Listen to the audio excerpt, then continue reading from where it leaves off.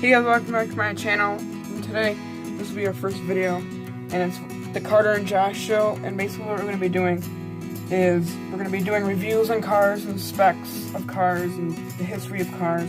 So I'm going to do this one by myself because this is my presentation. Joshua did his other presentation, the Dodge Viper, so look forward to that. I'm thinking about doing a big long one here soon, and I hope you guys find this interesting. Let's get right into it. So this one's about the Ford Ranchero. It's the 1st through 7th gen. This picture right there, as you guys can see, that's the first generation.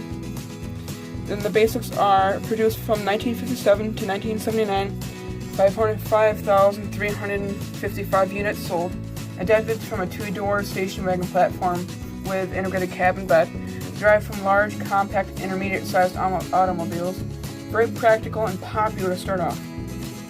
Now, if you up here, that's the first generation, the top left. First generation, 1957 and 1959. Used in South Africa for utility, and they call them UTEs. Used in Argentina for utility, nicknamed Ford Falcon utility because this was based off the Ford Falcon at the time. Two types, traditional, which is the farmers, or like the road, but mostly farmers would buy them. In the upscale, they had like two-tone paint and steel body side moldings, and those were probably like one of the most popular ones. The Thunderbird Special, that was the most expensive model, it had a 5.1 liter engine, and that could be compared to like an early 2000, like 2002, 2001, 2003 Mustang, but that was a 5.1 liter engine. Seatbelts were optional and was offered in 26 different colors. The second generation, 60 to 65, became much smaller, which became practical. Marketed in print as the Falcon Ranchero. Offered in 2.4 liter, 2.6 liter, 4.3 liter, and it was a 2-speed automatic, 3-speed manual, made new, 4.7 liter V8, which replaced the discontinued 260. Had an 800-pound carrying capacity. 3 body styles: Australian, which had a longer bed, and the Argentina was more boxier, and then North American is what you normally see. And this evolved as Ford Falcon is, so the Ford Falcon would change, the Ranchero would change. And it was also called the Falcon Ranchero because obviously it's basically built off that. The third generation, 66 to 67, engine selection 2.8 liter, 3.3 liter, 4.7 liter, 6.4 liter, FE series, which is 6.4 liter, which is like one of the speed demon, if you will, of the Ranchero. It was offered a 3-speed automatic and a 3-speed manual. Seatbelts were standard. Used Fairlane trim and marketed as Fairlane Ranchero because they changed cars that are modeled after it. 1966 had a heavy-duty variant, which is basically like, I guess you could say it was like the wide body, and it was built better, and it was built for tough, so maybe the farmers would use it. 1967 had a 500 XL, and a GT variant. The fourth generation said to be a smaller font because there's lots of information here. 68 to 69, visuals were supported by the new Torino, which I think this was one of my favorite generations because it looks the best. Ranchero is now the biggest since the first generation, because after the second generation when it became much smaller, now it's big, like really big now. The face of the car, which is the front of it, the interior, and the dash were remodeled. Side marker lamps, which are this little lamp on the side right here, almost like a turning signal, if you will. They were added due to government law, and they could also be used as turn signals, and I think that's about it. And I think lights, too. Well, obviously they're lights, but I'm not sure.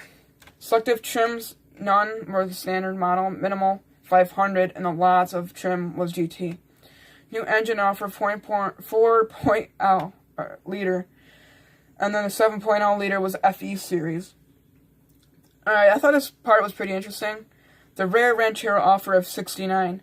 The Rio Grande was basically better than the GT. It was like the racing version or pimped out version, so it had all the hood scoops, all the upgrades, turbo, whatever you want to say, and it was basically, it was probably a supercharger back then, but it had everything. It was already built on there for you, but it probably cost a lot of money.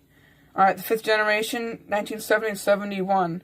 Complete restyle. Started out with a boxy style. The new trim, Ranchero Squire, and I thought that was kind of funny. This was a wood paneling trim, as you might see as a country squire station wagon or a panel van. That's the Squire on the bottom and the normal ones on the top. The 6th generation, 72 to 76. New font look, heavy and boxy, as you can tell, but the front almost looks like the El Camino. 3 model availabilities, the 500, the Squire, and the GT. Safety laws made Ranchero bigger, boxier, and heavy because he wanted crumple zones, and he wanted more safety features packed into this Ranchero.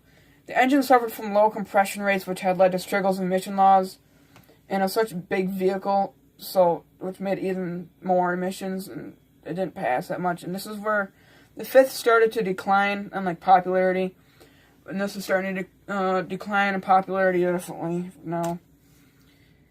And sadly, 77 to 79, the 7th, and the death of the Ranchero, the 7th generation. Torino production had ended, leading to the Ranchero to be comparable to the new Ford sedan at the time. The Ford LTD2 was a mid-sized car line. As you can tell, I think it's pretty ugly at the top. The production ended in 1979. There was a commemorative 1970.5 model, but to me, Carter, the Ranchero had gotten very ugly in the front end.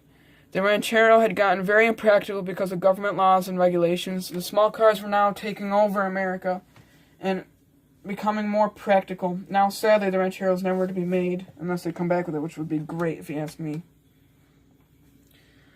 It's a good blue there. Fun fact, 2nd generation stopped with the Falcon badges. Chevrolet had copied or replicated the 1st generation Ranchero because it was so popular in the early stages that Chevy thought they should make one. The Ranchero had adapted in many ways to society's expectations and government laws and regulations. It was unbelievable, I think. I didn't find any other concepts other than the Ford Scrambler Ranchero, which I just kind of cut off right there. I couldn't fit the whole thing in.